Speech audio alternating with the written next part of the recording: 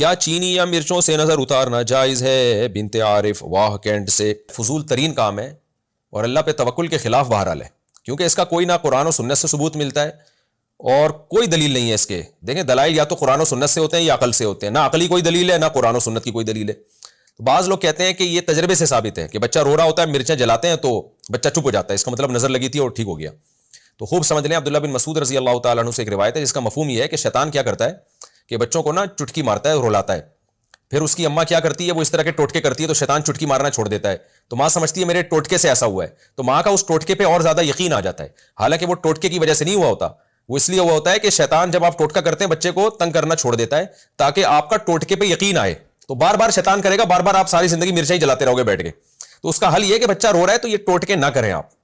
یہ حرکتیں اوٹ پٹانگ نہ کریں۔ مرچوں کا بچے کے رونے سے، انگریزوں کے بچے بھی تو روتے ہیں نا، وہ کیا جلاتے ہیں؟ عربوں سعودی عرب میں بھی تو بچے روتے ہیں، وہ کیا جلاتے ہیں؟ تو یہ انڈیا پاکستان میں ہی کیوں مرچوں کو برباد کر رہے ہیں آپ؟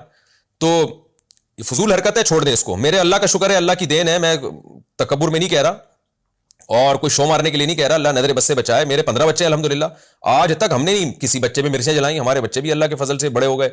تو کچھ چھوٹے ہیں کچھ بیچ میں ہیں، کوئی بڑے ہونے کی کوشش میں لگے ہوئے ہیں، تو ہر طرح کے بچے الحمدللہ ہیں۔ تو ہم تو نہیں حرکتیں فضول قسم کی، نام نے کبھی پی لیے کہ جھڑوایا، نہ کبھی جوتے دلوائے ان کے گردن میں، یہ اللہ نے ہمیں ان فضول چیزوں سے محفوظ رکھا ہوا ہے۔ کوئی بچہ بیمار ہو جائے اللہ سے دعا مانگتے ہیں، ڈاکٹر سے علاج کراتے ہیں، ڈاکٹر سے یا کبھی ہومیوپیتھک، کبھی حکیم، کبھی ایلوپیتھک ڈاکٹر، یہی چل رہا ہے اور اللہ کا فضل ہے جی۔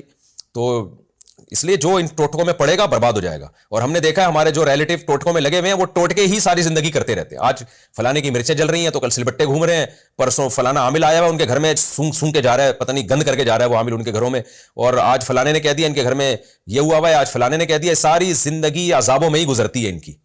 تو اللہ کے پر توکل کرو میرے بھائی، جب کوئی مسئلہ ہو، بچہ بیمار ہے، رو رہا ہے، زیادہ سے زیادہ سورہ فاتحہ، سورہ فلق، سورہ ناس پڑھ کے دم کر دو۔ اور کتنی اچھی دعا نبی صلی اللہ علیہ وسلم نے سکھائی ہے، حضرت حسن حسین پر آپ صلی اللہ علیہ وسلم وہ دعا پڑھا کرتے تھے، اعوذ بکلمات اللہ التامہ من کل شیطان وہامہ ومن کل عین لامہ، یہ نظر سے بچنے کی دعا ہے۔